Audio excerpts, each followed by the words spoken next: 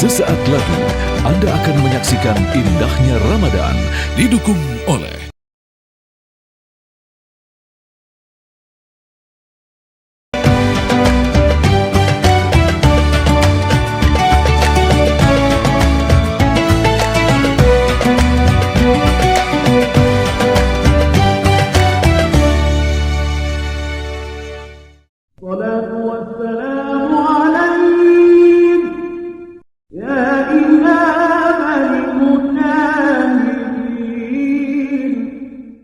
Ini Ja sama Syauki kalau ngobrolin masa lalu kayak banyak banget ya kita obrolannya. Apalagi saya inget banget dulu tuh pernah ikut silat SD, SMP, SMA supaya kita sehat juga kan bro. Tapi supaya apa? Bela diri. Apalagi sekarang kan lingkungan macam-macam kan. Iya, emang parah. Saya juga dulu pernah, Pak. Saya juga dulu pernah ikut karate kan. Ikut karate, kayak kelas meeting karate. Kalah saya. Tapi saya sih yakin manfaatnya kan pasti ada ya. Minimal kita defense, melindungi diri. Kita kan nggak tahu orang-orang di luar sana macam-macam ya bro ya. Iya, betul. Betul. Assalamualaikum. Waalaikumsalam warahmatullahi wabarakatuh. Bang, sehat bang? Alhamdulillah. Tadi kita lagi asik bang ngobrol soal bela diri, karate. Saya juga dulu pernah ikut silat ya Gi ya. Betul. Masya Allah. Ya minimal. Abangnya ikut apa nih bang? Taekwondo biasanya. Taekwondo. Pantesan kakinya naik dulu dari tadi. Tahan-tahan ya bang. Kalau abang kayaknya perawakannya juga petarung nih kayaknya. Ya, saya bela diri juga. Saya MMA. Sangar bro, One Pride MMA bro, yang tayang di TV One. Iya, betul. Keren banget. Berarti sistemnya cekekan bantingan ya? Iya. Piting. Panggilannya Bang Taufik berarti. Ya, bisa dong taekwondo ya ini ya. Aduh. Jangan dong bro. Main. Main Kita mau lihat ini seru nih.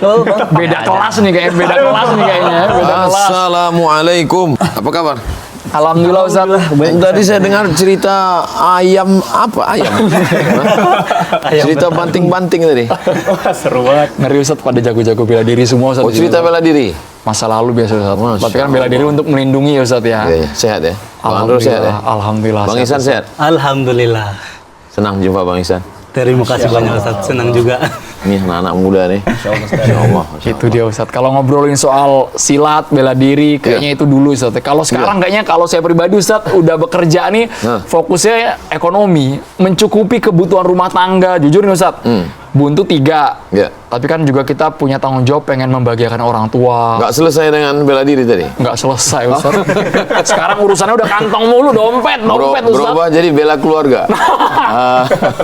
Jujur Ustadz. Iya. Gimana Ustadz? Jadi apa masalahnya?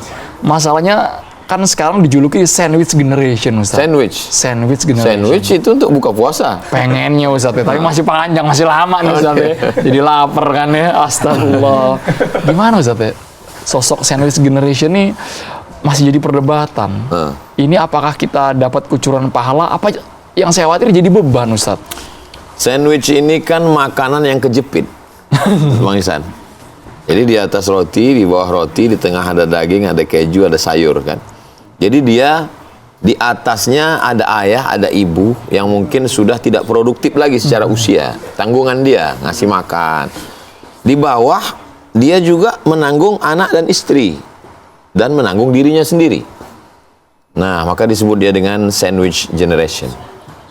Nah, itulah yang dikeluhkan Bang Andro ini. Kalau saya kasih gaji saya sebagian untuk ayah ibu saya, untuk adik lagi, untuk keluarga lagi, gimana? As-sadaqatu 'alal fuqara sadaqah. Kalau kita kasih uang makanan kepada fakir miskin, nilainya cuma 1, sedekah saja. Tapi as-sadaqatu 'alal qurba, kalau kita bersedekah untuk kerabat, makanya nilainya 2. Shadaqatun wasilah, sedekah dan tersambung silaturahim. Cuman orang lebih mau ngasih orang lain daripada ke keluarga. Nah, cocok nih. Karena kalau ngasih orang lain sedikit pun harum semerbak. Tapi kalau ngasih keluarga, cuman segini. Nah itu. Ngaku bro. Ayo. Iya sih. Belum lagi kalau sebagai suami, apakah istrinya setuju? Bagaimana? Belum lagi pendapatannya cukup atau nggak cukup. Jadi memang problem. Tapi orang beriman tidak melihat itu sebagai masalah. Dia melihat itu sebagai tantangan untuk beramal soleh. Justru dia semakin semangat bekerja. Bagaimana dia menjadikan keluarganya itu sakinah, mawaddah, warahmah. Kita tidak bisa memaksa pasangan hidup kita itu untuk seperti kita, tapi saling memahami. Jadi insya Allah apa yang Bang Andro lakukan menjadi amal soleh. Secara teori sih mantep banget ya. Gimana bro? Prakteknya berat sih ya bro sebenarnya bro. Enggak sih, belum ngerasain tapi kayak udah kebayang-bayang gitu. Harus siap nih, harus siap. Gitu Ustaz. Ustaz, izin nanya Ustaz. Iya Bang Ihsan. Saya kan sebagai petarung Ustaz, biasanya dapat bayaran dari hasil tarung ini. Tapi kadang ini Ustaz, saya harus kirimin orang tua juga. Ya. Habis itu Bang Ihsan dari saya Papua Pegunungan di Wamena tepatnya. Wamena? Ya. Oh Masya Allah. Dari Jayapura jauh? Jauh, harus naik pesawat lagi kalau ke Pesawat Jayapura. lagi. Masya Allah. Kurang lebih 30 menitan lah. Masya Allah.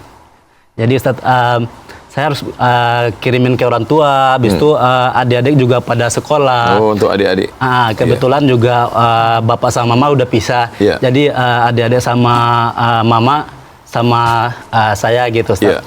Lain sisi juga saya perlu uang itu juga untuk uang makan sehari-hari ataupun uang jajan ataupun kebutuhan untuk latihan gitu Ustaz. Yeah. Nah, terus uang yang saya dapatin itu umpamanya kurang gitu Ustaz, enggak mencukupin untuk dibagi semua itu. Yeah. Semua itu paling cukup untuk adik-adik aja gitu karena kebutuhan adik-adik. Apa itu apa saya berdosa gitu Ustaz untuk kalau tidak mengirimkan orang tua di kampung gitu Ustaz? Ada orang-orang yang wajib kita nafkahi. Istri, anak, orang tua. Saudara tidak wajib dinafkahi, tapi kita tolong. Jadi ketika Bang Ihsan punya duit, tentu Bang Ihsan menyusun skala prioritas. Prioritas yang pertama, yang paling dekat. Tentu saja adalah istri dan anak. Kemudian orang tua, apalagi ibu, ayah. Kita ini kan ketemu dengan istri ini setelah selesai kuliah, setelah bekerja, setelah mapan, 25, 26, 30. Artinya setelah kita dewasa, tapi yang mengandung 9 bulan 10 hari, membesarkan dengan tetes 10 keringat air mata, mengeluarkan kita dari alam rahim ke alam dunia ini dengan taruhan nyawa, mereka. Jadi mestinya pasangan hidup kita, istri kita juga mengerti. Dan kita juga mengerti bahwa kita punya mertua, bahwa dialah orang yang mau memberikan anak gadisnya kepada kita. Nah, jadi sebetulnya dua orang laki-laki perempuan yang menikah itu bukan hanya menyatukan dua manusia, tapi dua keluarga besar yang sama-sama ingin mencari ridha Allah SWT. Jadi kalau Bang Ihsan sudah susun skala prioritasnya, kemudian yang ini kebutuhannya segini, yang ini adil bukan berarti mesti sama. Nah, makanya bunyi ayatnya wa'ashiruhunna bil ma'ruf. Pergaulilah mereka dengan ma'ruf. Ma'ruf itu diambil dari kata urf. Urf artinya tradisi di daerah itu layaknya berapa. Tentu tidak sama antara kebutuhan anak istri di Riau dengan di Wamena. Di tempat Bang Ihsan mungkin keperluannya sekian juta kalau menurut rupiah. Itu maka bunyinya urf artinya yang terkait dengan daerah sekitar. Nah, jadi setelah Bang Ihsan hitung, ini untuk adik, ini untuk ayah, ini untuk ibu, ini untuk adik, ini untuk keluarga, untuk keperluan Bang Ihsan juga, karena Bang Ihsan bekerja sebagai pemasukan. Sebetulnya itu hanya wasilah saja. Rezeki ini datang dari Allah. Rezeki ibu itu dari Allah, tapi melalui Bang Ihsan. Nah, itu yang mesti dipahami orang. Sehingga ketika orang memberi, saya udah nolong kamu, saya sudah nolong kamu. Rusak tauhidnya. Allah sudah jamin rezeki dia melalui saya. Nah, itu. Jadi kalau begitu keyakinannya, yang menerima tidak merasa rendah, dan yang memberi juga nggak merasa tinggi. Meyakinkan itu ya Ustaz ya, yang sebagai manusia Ustaz, kan kita masih berpikir hitung-hitungan ya Bang Ihsan ya. Ini kayaknya kalau hitung-hitung nggak cukup nih kayaknya. Betul sekali Bang. Kata Bang Ihsan, yang bertarung kan saya, yang berusaha berkeringat berdarah kan saya. Ketika uang, mungkin Bang Ihsan nggak ngomong, tapi lintasan hati dan pikiran. Tapi sebenarnya kalau tauhidnya, ini memang rezeki ayah saya, ini rezeki ibu saya, ini rezeki saudara saya melalui saya. Nah, maka ketika itu sebenarnya kita sedang diuji. Banyak orang yang sabar ketika diuji dengan sakit, diuji dengan susah. Tapi ketika diuji dengan uang, menguji emas dengan api. Kalau kita dapat bongkahan, kita bakar. Setelah itu dia kuning, berarti emas. Tapi kalau menguji orang dengan uang, di saat punya uang, di saat beruang, jadi beruang dia. Di saat beruang itulah keluar sifat aslinya. Pengennya dikip terus, Ustaz, duitnya jangan kemana-mana nih, uang gitu ya. Iya. Udah keluarnya sedikit mungkin. Nabung sebanyak-banyaknya ya Bang ya. Insya Allah.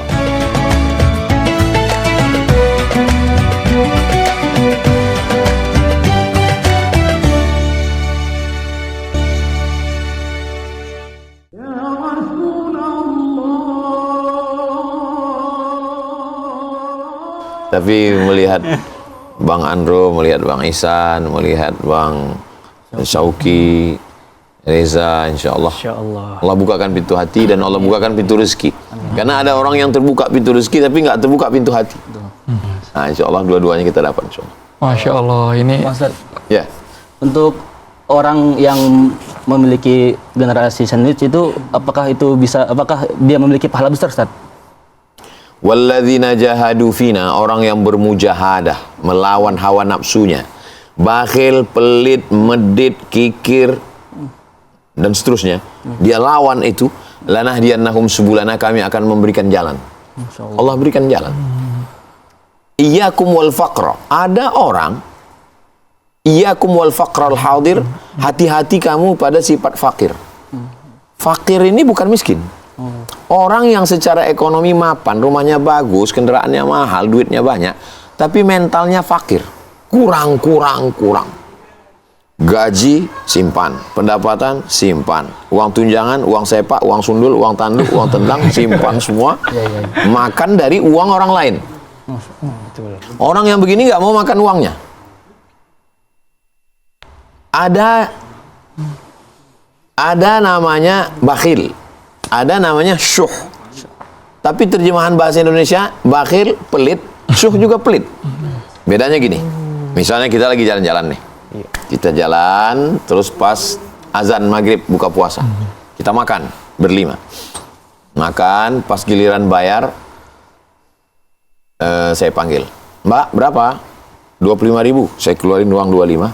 Ini 25. Saya bayar hanya untuk saya saja.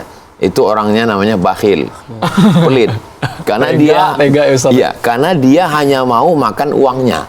Dia nggak mau uang dia dimakan orang lain. Tapi ada yang lebih parah. Pas giliran bayar, dia bilang, permisi ya, sakit perut, saya mau ke belakang. Supaya dia dibayar orang lain. Kalau itu teman-teman saya, Set. Astagfirullahaladzim. Modus ya bro. Banyak, iya. Ini levelnya di atas bakhil. Namanya syuh. Syuh ini, jangankan uang dia, jangankan memakan uang dia, uang orang lain yang dia makan. Jangankan orang lain makan uang dia, makan uang dia sendiri pun dia nggak mau. Dia mau makan uang orang lain. Jadi kalau sudah kena penyakit ini, inilah orang yang selalu ketakutan uangnya hilang, takut.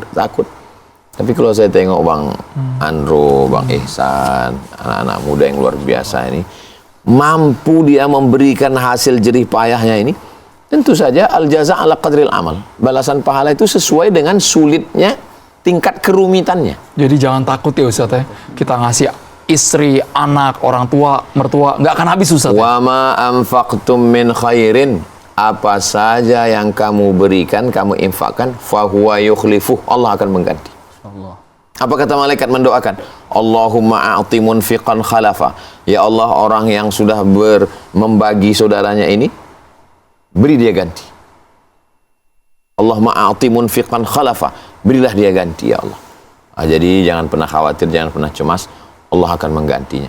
Selalunya orang berpikir kalau yang namanya infak, sedekah itu untuk fakir miskin, anak yatim, du'afa. Padahal ada orang yang dekat dengan kita. Memberi mereka ini sama seperti mathalul ladzina yunfiquna amwalahum fi sabilillah kamathali habbah, seperti satu biji yang ditanam ke dalam tanah, bijinya pecah, mengeluarkan cabang-cabang, fi kulli sumbulatin mi'atu habbah. Satu biji tumbuh sab'as sanabil, tumbuh 7 cabang. Wa fi kulli sumbulatin mi'atu habbah. 100, 200, 300, 400, 500, 600, 700. 700 cabang. Wallahu yudha'ifu liman yasha. Allah melipat gandakan lebih banyak daripada itu. Wallahu wasi'un alim. Allah itu maha luas karunia-Nya, alim, dan Allah siapa? Allah maha tahu siapa yang sabar, siapa yang ikhlas untuk berbagi. Mudah-mudahan abang-abang ini murah rezekinya dan lapang rezekinya, dilapangkan Allah juga dadanya untuk berbagi kepada keluarga. Oh, walaupun ya Ki sama Bang Iksan kadang kita ngukur-ngukur kayaknya kebutuhan lagi banyak, apakah ini kita nunggu diminta orang tua sama mertua atau inisiatif ngasih di depan nih Ustadz ya? Betul. Bicara dengan seperti itu juga ya tentang rezeki juga ya, Bang ini apa? Kita itu kan sekarang udah masuk ke kita sebagai pribadi, kita berdua ini ya 20 ke atas, Ustadz. Yeah. Nah, jadi kita mulai merasa bahwa kita mulai mendapat gaji-gaji pertama nih, Ustadz. Iya. Nah, itu kita juga punya kewajiban untuk memberi orang tua. Ya. Tapi terkadang juga kebutuhan kita ini nggak tercukupi, Ustadz. Ya. Nah, ini gimana caranya nih, Ustadz? Jadi biar kita itu nggak terbebani gitu dengan orang tua mengandalkan kita gitu, Ustadz. Misal orang tua kita udah pensiun gitu, gimana, Ustadz, caranya? Biar kita nggak ngerasa terbebani gitu. Kalau bicara teori, tinta di atas kertas, teori aja itu. Jadi almarhumah emak saya ini selalu pulang kampung setahun 2 kali, dia buat selamatan di kampung. Selamatan, dia undang fakir miskin, anak yatim, baca doa, tahlilan untuk kirim ke kakek, nenek, keluarga. Dan nggak bisa dilarang. Walaupun umurnya waktu itu udah hampir 70. Dia tetap pulang dari Riau ke Sumatera Utara lebih kurang naik mobil 12 jam. Naik bis. Saya bilang sama adik saya, kata adik saya sibuk, nggak bisa ngantar. Saya bilang, ya aku nggak bisa ngantar, Mak, sibuk. Maksud kami, karena dia udah tua, supaya jangan pulang. Dia pergi naik bis. Tetap nekat tuh, Pulang sendiri. Jadi dia beli daging, dia potong sendiri. Dia dia masak rendang supaya tahan. Nanti sampai ke sana tinggal masak nasi sama sayur. Lalu dia undang fakir miskin, dia sedekah. Dengan keterbatasan dia, seorang ibu tua, nenek-nenek, dia sedekah dan nggak pernah minta uang ke saya. Dia punya kebun sendiri. Lalu kemudian, karena setiap pulang itu dia selalu numpang di rumah saudara-saudaranya, kita nggak enak kan, numpang. Lalu saya bilang, ya bagus dibuat rumah. Kata dia itu ada tanah sama rumah, ya, 1 kamar aja cukup untuk aku tidur aja. Kalau untuk di kampung murah lah, 50 juta cukup, kata dia. Cukup lah 50. Saya mikir 50 juta. 50 juta, kebetulan waktu itu ada duit 50. Pas banget Ustadz. Iya, jadi saya bilang, Mak, ini duit 50, beli itu tanah, belilah 1 kamar, yang penting Mak kalau pulang nggak nyusahin. Jadi 6 bulan pulang, kirim, letak batu pertama, buat dinding, buat atap, buat itu, buat ini, sebenarnya saya transfer, sampai total semua ketika dihitung, rumah ini berapa jadinya? 250. Masya Allah. Nomboknya dari Jadi. mana Ustadz? Allah alam bisawab. Nggak tahu duitnya ada. Kurang banget. Jadi, lalu kemudian orang mulai ngomong, untuk apa rumah di kampung? Toh didatangi cuma 6 bulan sekali, untuk apa buat rumah? Ternyata setelah almarhumah mak saya meninggal tahun 2019, tanggal 18 Rajab, tanggal 11 Rajab, 18 Maret 2019, rumah itulah sekarang yang menjadi kantor Yayasan Wakaf Hajah Rohana Berbagi. Allahu Akbar, luar biasa. Jadi, saya terpikir, tidak ada yang kita lakukan itu sia-sia. Ternyata, jadi kantor yayasan. Untuk menumpuk beras, sembako, untuk fakir miskin, untuk anak yatim. Tetap berjalan. Yang tadi nyinyir malu semua tuh bro. Ya kita nggak pernah bangkit itu, kita menjaga perasaan. Tapi ini true story, kisah nyata. Lalu kemudian pernah suatu ketika ibu saya sakit. Dia punya kakak. Kata kakaknya, mungkin perasaan dia sedih. Saya tanya, kok sedih? Karena dulu dia pernah punya rantai emas.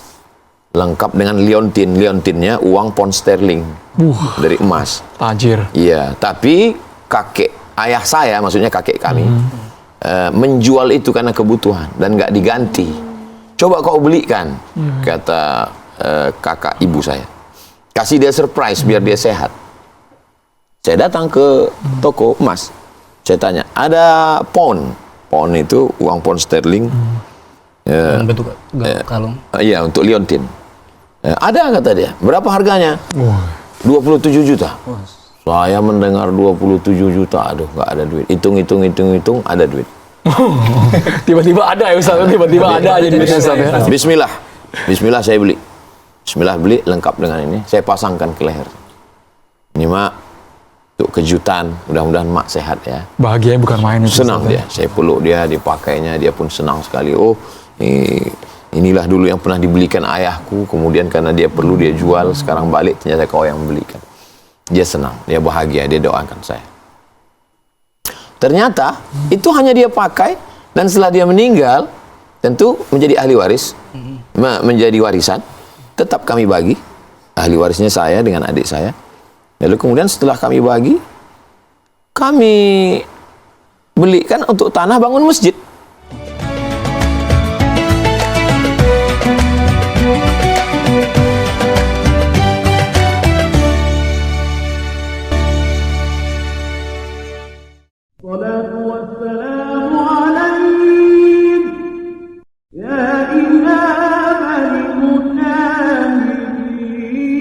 Jadi saya nggak mau cerita tentang teori, makanya saya selalu katakan untuk orang tua nggak usah ngitung-ngitung, karena kalau kita ngitung-ngitung nanti Allah ngitung-ngitung juga ke kita. Tipsnya apa Ustaz? Jadi Kita orang yang nggak pelongkan hitung-hitungan gitu Ustaz ya? Kita pelongkan aja, selama dia ada, insya Allah akan ganti, nggak pernah akan rugi. Allah akan ganti. Kalau orang ada mengatakan, itu teori buku Ustaz baca, enggak. Saya sudah mempraktekkannya. Dan ketika saya ditanya, apa zikir Ustaz? Apa amalan Ustaz? Saya bilang, saya bukan ahli zikir. Saya bukan ahli amal. Tapi saya, walaupun tidak sempurna, saya pernah membahagiakan orang tua saya. Mungkin doa dia. Doa dia itulah yang sedikit, sebutir dari sekian nikmat Allah Subhanahu wa Ta'ala. Saya sengaja ceritakan ini supaya karena anak-anak muda sekarang berpikir macam-macam. Untuk Bang Reza, Bang Ihsan, Bang Andro mungkin sudah, tapi bagi yang belum, jangan khawatir, jangan cemas, Allah akan mengganti. Janji Allah, innaka la tukhliful mi'ad. Allah tidak akan ingkar janji, insyaallah. Tapi Ustadz, kalau umpamanya Iya, Bang Ihsan. rezeki kita terbatas nih, Iya. nggak cukup untuk orang tua gitu Ustadz. Ya. Bagaimana caranya kita untuk menyampaikan ke orang tua, tapi dengan orang tua tuh nggak tersinggung gitu Ustadz. Ya. Gimana caranya kita menyampaikannya Ustadz supaya orang tua tuh nggak tersinggung? Saya baru pulang 2008 dari Maroko. Saya mengajar sebagai dosen luar biasa. Luar biasa itu artinya Bang Ihsan, gajinya luar biasa. Sekali masuk 60.000. 16 tatap muka kan, 2 SKS. Gajiannya 6 bulan sekali. Makanya luar biasa. Astagfirullahaladzim. Lalu saya bilang, Mak, aku cuman segini uangku. Aku nggak ada duit. Lalu kemudian setelah itu saya mengajar di kelas internasional. Lalu kemudian saya PNS, saya lulus dosen. Ada uang sertifikasi. Dia maklum. Jadi kita keterbukaan aja. Kita ceritakan. Orang tua ini insya Allah. Dia, sebenarnya mereka, saya sudah lihat. Mereka ini sebenarnya nggak minta apa-apa dari kita. Mereka melihat kita baik saja, itu sudah qurrata a'yun. Sejuk dipandang mata dan menenangkan hati mereka. Jadi kita ceritakan aja apa adanya. Aku sekian, yang bisa aku bagi sekian. Aku juga punya keperluan, aku juga punya kebutuhan. Maka insya Allah doa-doa mereka itu yang akan menembus pintu-pintu langit. Insya Allah. Doa mereka itu luar biasa. Kalau kita bahagiakan hati mereka, insya Allah. Wallahu fi aunil abdi maka al-abdu fi auni akhi.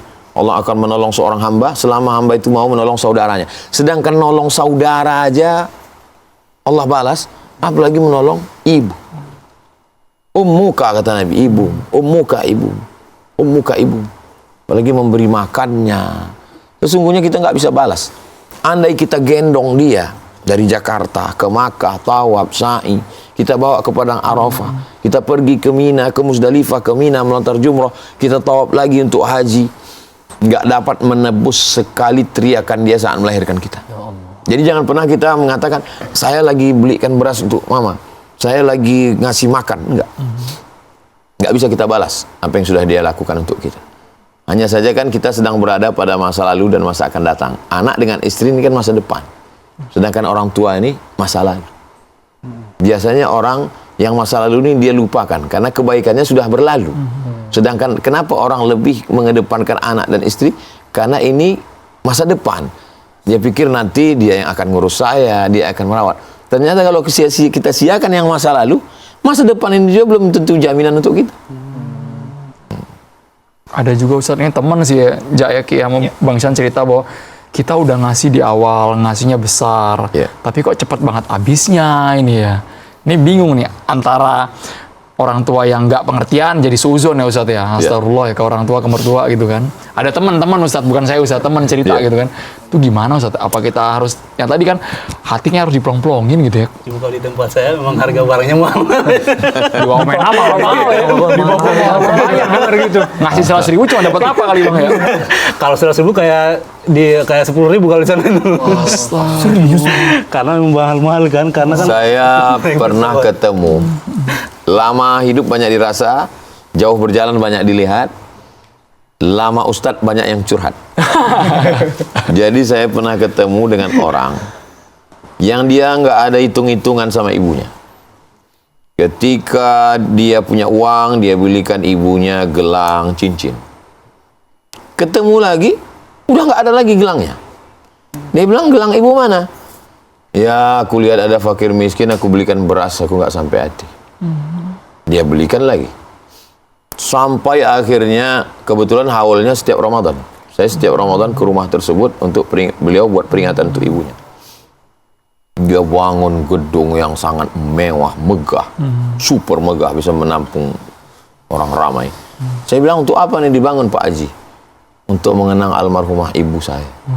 Karena dulu pertama saya buat acara baca doa, tiangnya bambu, Bang Isan, pakai atap plastik.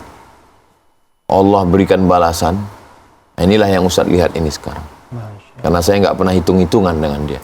Jadi saya udah banyak berkeliling melihat keajaiban-keajaiban pada orang-orang ini, itu karena berbuat pada orang tua.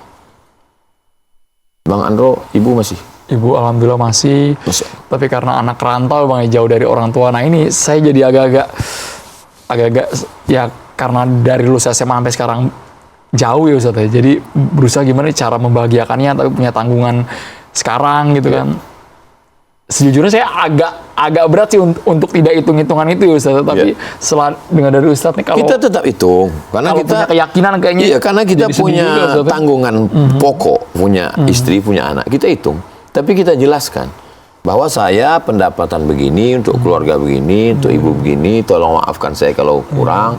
Ya kalau karena kita keterbatasan, dia tinggal di kampung, ya kita bisa video call. Kita jangan sampai dia bawa handphone ke servis, dia bilang handphone ini rusak. Kata tukang servis, handphonenya nggak rusak Bu, cuma anak ibu rusak, nggak nelpon. Astagfirullah.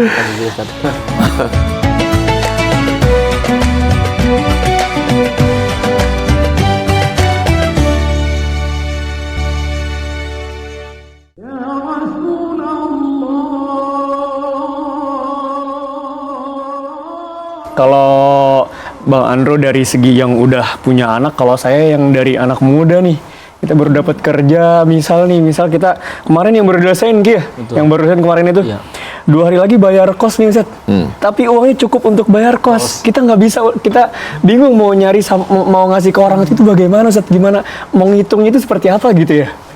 Itu Ustaz, itu yang kita rasain nih sama Sauki nih, kita kan satu kos ya. Saya dulu waktu kuliah, cita-cita saya nggak banyak. Aku mesti selesaikan S1 ini di Al-Azhar 4 tahun. Setelah ini aku mesti cari beasiswa S2.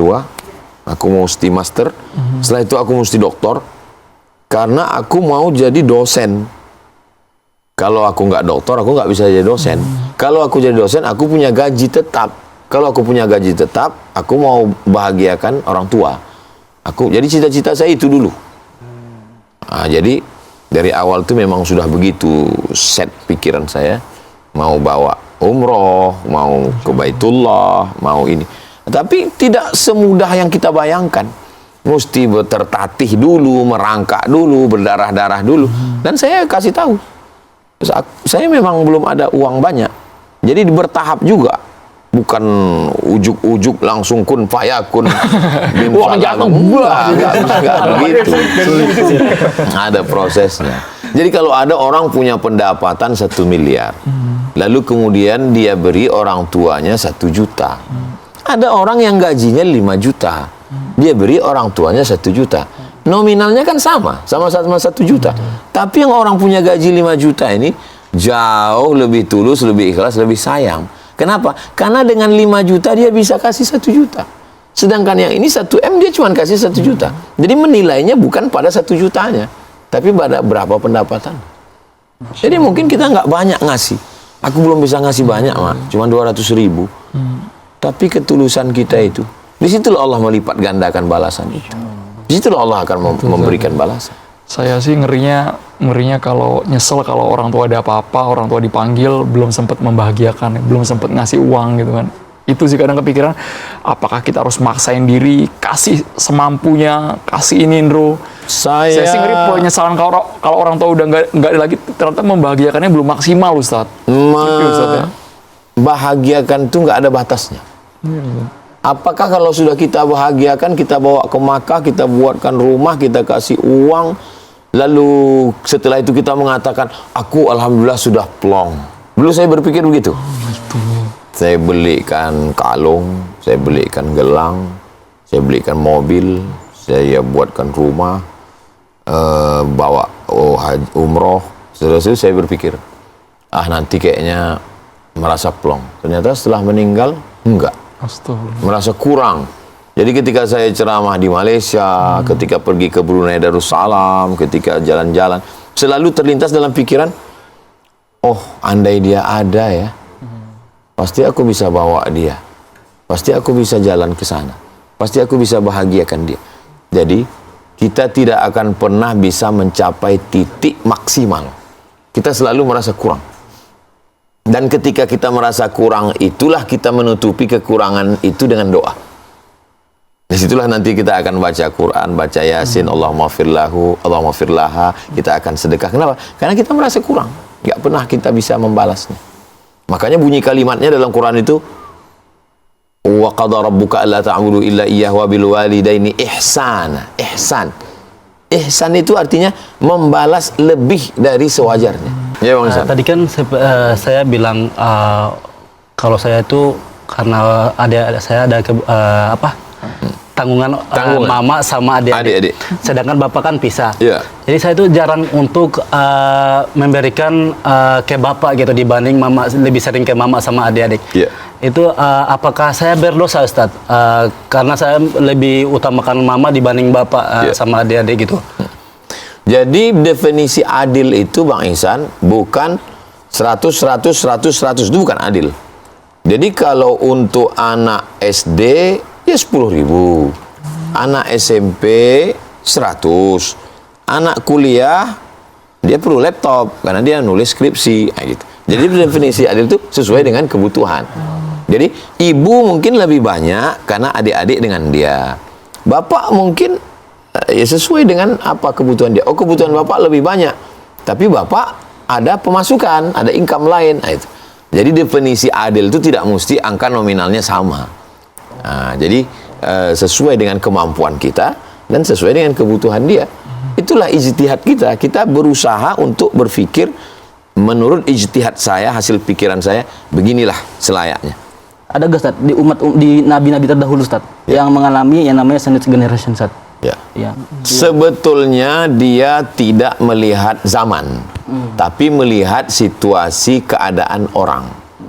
Jadi ketika ada ibu, ayah, ada anak, adik, dia berada di tengah, maka siapapun itu, mau nabi, mau sahabat nabi, mau ulama, mau tabi'in, mau tabi'in, maka dia termasuk sandwich generation. Karena dia berada pada posisi itu. Makanya ketika Nabi SAW mengatakan, nanti kalau ada seorang laki-laki yang datang ke sini, ke Madinah ini, kamu temui dia, minta doa dari mulut dia, karena doanya makbul. Terus kata sahabat Nabi, kami yang sahabat Nabi, kami perang dengan Nabi, kami makan dengan Nabi, sholat dengan Nabi, hidup dengan Nabi, kok malah minta doa kepada orang yang nggak ketemu dengan Nabi? Apa kelebihan dia? Dia menjaga ibunya. Dia tidak ketemu dengan Nabi, dia tinggal di Yaman.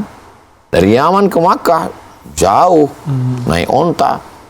Maka dia, kalau dia pergi menjumpai Nabi, dia tinggal ibunya. Maka dia tetap menjaga ibunya. Namanya Uwais Al-Qarni. Maka dia tidak disebut sahabat Nabi karena nggak ketemu Nabi, walaupun sezaman dengan Nabi. Dia masuk golongan tabi'in karena dia ketemu dengan sahabat Nabi. Setelah Nabi meninggal, baru dia datang ke kota Makkah, Madinah. Ternyata dia menggendong ibunya melaksanakan haji. Jadi kelebihan dia bukan karena dia bersama dengan Nabi, tapi dia mengamalkan pesan Nabi walaupun tidak ketemu dengan Nabi. Nah, jadi sudah banyak contoh dari zaman dulu sampai hari ini, sampai bukti nyata, orang yang memuliakan orang tua, maka Allah tidak akan menyia-nyiakan dia, Allah akan memuliakan dia. Jadi kalau orang masih ada yang ragu, bahkan orang yang tidak Muslim, yang tidak Islam. Saya pernah dalam satu jadwal ke Malaysia. Satu hari itu kosong, kita jalan-jalan ke mall. Sampai di mall, lantai atas, saya lihat banyak sekali orang-orang tua. Saudara kita Tionghoa yang disuap oleh anak-anaknya makan di restoran mewah. Terus saya nanya, ini apa ke yang bawa saya? Ini apa? Itu mereka sengaja mengkhususkan satu hari membawa ibunya, membawa ayahnya, dan memberikan makanan di rumah makan karena menurut mereka hoki. Hoki, pintu rezeki. Bentuk berbaktinya Ustadz ya? Iya, jadi itu membuka pintu rezeki menurut keyakinan mereka.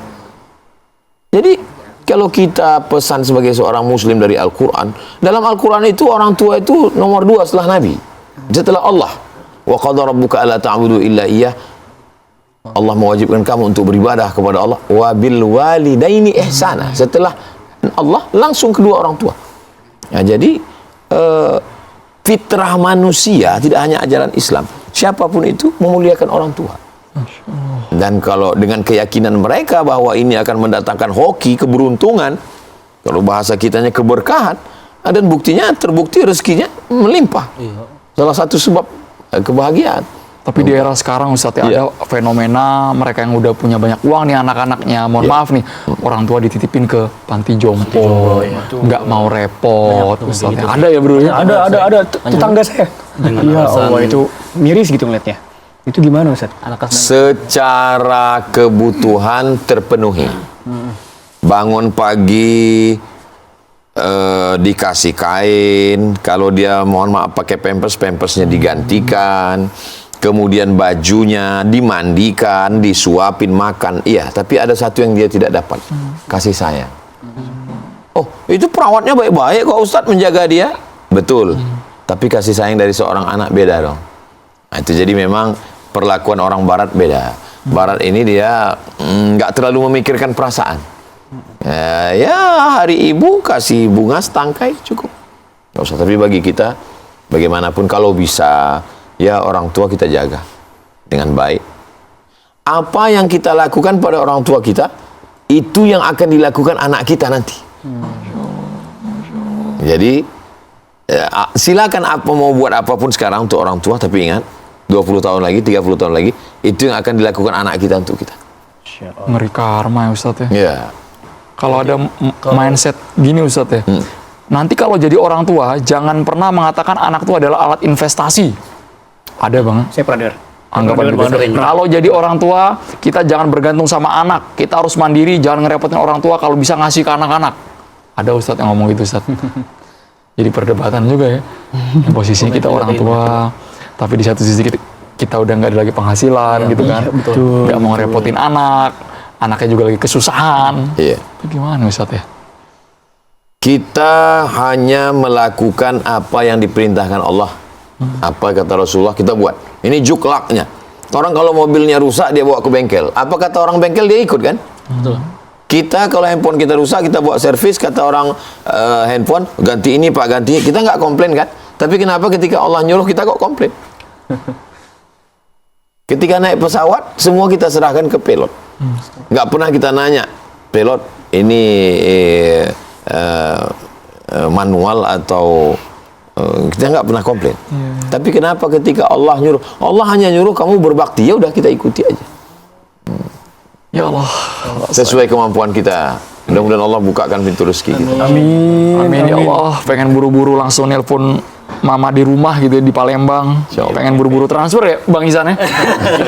Mau transfer berapa ini Bang? Tapi kayaknya bentar lagi azan subuh nih.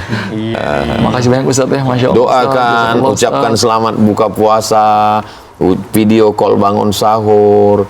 Itu luar biasa menyenangkan hati mereka. Tidak bisa dinilai dengan uang. Anda bisa pulang, bagus pulang. Nggak bisa pulang pagi Idul Fitri sebelum sholat. Mohon maaf lahir dan batin. Ayah, ibu, doakan kami belum bisa pulang. Kebahagiaan luar biasa. Walaupun hanya satu kain, satu bungkus roti, kirimkan. Kebahagiaan. Mereka suka surprise. Kirimkan hal-hal mukena untuk sholat tarawih, untuk sholat Idul Fitri. Bagi kita mungkin biasa-biasa, tapi bagi mereka dia pakai, dia akan ceritakan ke ini dari anak saya yang merantau. Kita boleh selfie dulu kali Ustaz ya Ustaz. Boleh, Ustaz, boleh sambil selfie. Boleh. Berdiri ya? Ustaz ya. Iya. Bang Ihsan, Sini, Bang Ihsan. pengen nanya Bang Reja, Bang Syoki juga, tapi ini bentar lagi udah mau Allahu Akbar dengan Ustaz ya. Ya Ustaz ya, kita selfie dulu Ustaz ya.